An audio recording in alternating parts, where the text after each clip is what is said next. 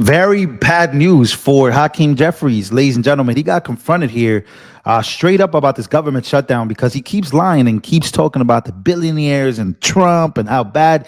But CNBC, this host particularly, because CNBC is a morning show, usually talking about stocks, is it continuously speaking about stocks, bonds, and the market. And this host pressed on the issue that Hakeem Jeffries is a liar. He's flat out lying. His party's lying, and you have got to see this. Do you guys like Hakeem Jeffries? Does anybody like this guy? In roll call recently, that was pretty interesting on this. It said what you are asking the Republicans to do right now, when they control the White House, the Senate, and the House, is effectively what the Democrats could not do when they controlled all three of those heads of government themselves. The 10-year setup for this, for these, or the 3-year setup for the expiration of these credits was intentionally put in. It was put in when you controlled the White House, the House, and the Senate. You couldn't get it passed for longer. And so this is a setup that kind of your own creation that you all couldn't extend beyond that. Now you want the Republicans to do something you didn't do when you were in power? Oh, Lord, have mercy. Oh, you could tell by his face. You could tell by his face that he was getting very worried as she continued to go. Like, oh, she's about to do this to me. She's about to confront me on the fact that we could have did something about this. This is our own creation right here. You cannot fool these types of Americans. These are the Americans that know what the heck is going on. They're not the Americans that are listening to you on a podium in front of Congress every other day, speaking about how this is all done by Republicans. This is all Trump's fault. These are all Trump's puppets. This language that you've been using in these words, this right here is a confrontation of high IQ conversation, right? That we must have as Americans with each other about what's really going on. Intentionally put in. It was put in when you controlled the White House, the House, and the Senate. You couldn't get it passed for longer. And so this is a setup that kind of your own creation that you all couldn't extend beyond that. Now you want the Republicans to do something you didn't do when you were in power? It's not a setup beyond what we could do. We extended the Affordable Care Act tax credits in 2022 for 3 years. The program is working. It's providing health care to tens of millions of people in an affordable way, and it should be continued. It's interesting to us that Republicans decided that they would prefer to permanently extend massive tax breaks for their billionaire donors in their one big ugly bill, which also at the same time dramatically increased the debt and enacted the largest cut to Medicaid in American history, but refused to consider extending Affordable Care Act tax credits that actually benefit working class Americans, everyday Americans, and middle class Americans. Their priorities are misplaced, and as Democrats, we're going to continue to fight for the American people all across the country, in rural America, urban America, small town America, the heartland of America, and of course, black and brown communities throughout America, all of whom are being devastated by this Republican healthcare crisis. Republican healthcare crisis. Again, she already pitched to him that we already know, we got you, buddy. But it gets worse because after he gets caught, and again, he tries to do this whole roundabout being, a Republican shutdown, a healthcare crisis for who exactly, right? That's the real question. So again, this is where he gets even more embarrassed because she's actually not going to hold back this time. She's going to hit him where it makes more sense than the Fed's target range or than anybody feels comfortable with. The problem is inflation is often caused by government spending. Additional government spending is not likely to get it to the point where we are going to see less inflation out there. How do you handle that? This is not additional government spending. It is additional government spending. You're looking for another $350 billion of additional government spending over the next 10 years? That's just with the Obama. We're actually extending a tax credit that currently exists. And what's interesting is that in that one big ugly bill where Republicans raised the debt ceiling by about... This guy, he's so bad. So Hakeem Jeffries just gets completely embarrassed, right, on CNBC when confronted with his demands for more government spending as a condition to reopening the government. He wants more government spending that will then cause inflation to go even higher than what it is.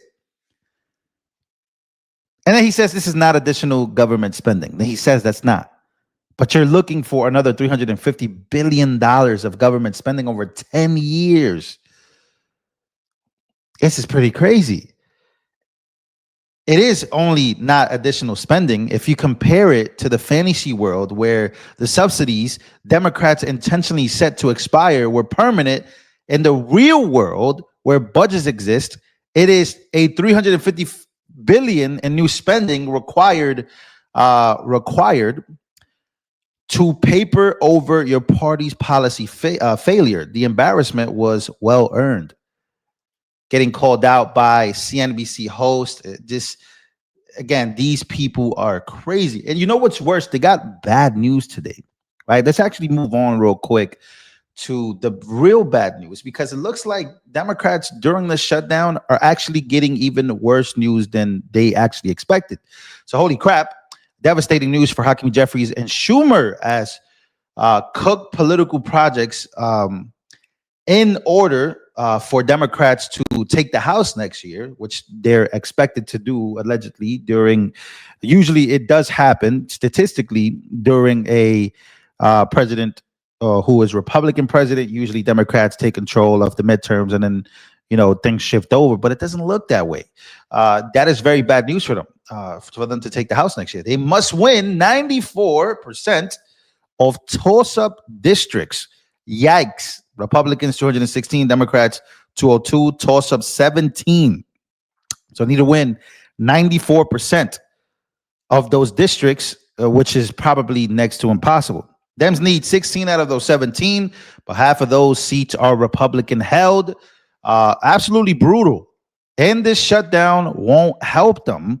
Includes Texas and North Carolina redistricting so far. So it's not looking too good for a party, especially these leaders that are getting eviscerated online and in networks where they're being questioned as to what it is in the hell that they're doing with this government shutdown. Why do they keep blaming Democrats? Why Democrats keep blaming Republicans? It's not looking too good for them.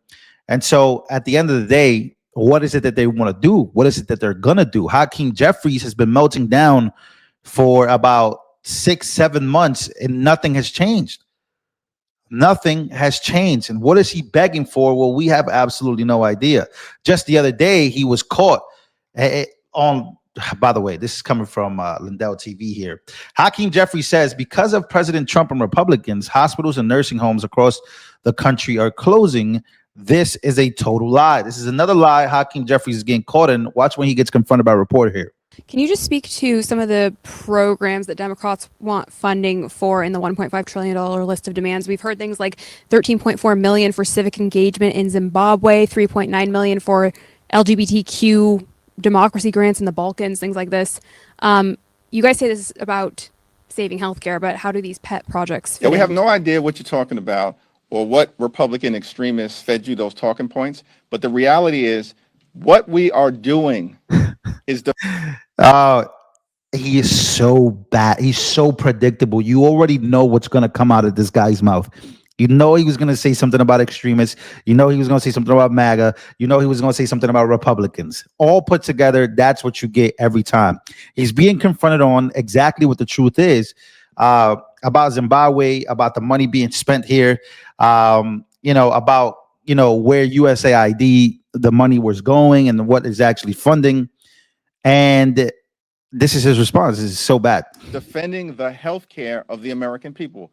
Yeah, we do want to restore the fact that the largest cut to Medicaid in American history has been visited upon the American people by Donald Trump and Republicans, even though they promised to love and cherish Medicaid. I do think there's a frustration with our controllers that Hakeem Jeffries, Chuck Schumer, Bernie Sanders, they're all going to get their paychecks, while these men and women who control our skies aren't going to be paid because of the shutdown. I think there's also a frustration that the shutdown is about paying for health care benefits for illegal immigrants. I think our controllers, who again are great Americans, want their Congress to focus on America and Americans and are asking the question, why is the Congress, why are Senate Democrats focused on health care benefits for illegals? Maybe focus on me and my paycheck and the services that I provide. Open up the government, negotiate, have a conversation, but don't hold them, their paychecks, their families hostage so you can give benefits to illegal migrants. I think that truly is an overarching concern and theme, and I appreciate that NACA doesn't get political. They don't. But what I think you will hear from Nick is they're asking for the government to open. They're asking for everyone to come together, make sure they all get paid, and then take the time to have conversations, to negotiate. But the answer is never shut down the government. The answer is open the government and then have a dialogue, come to a resolution.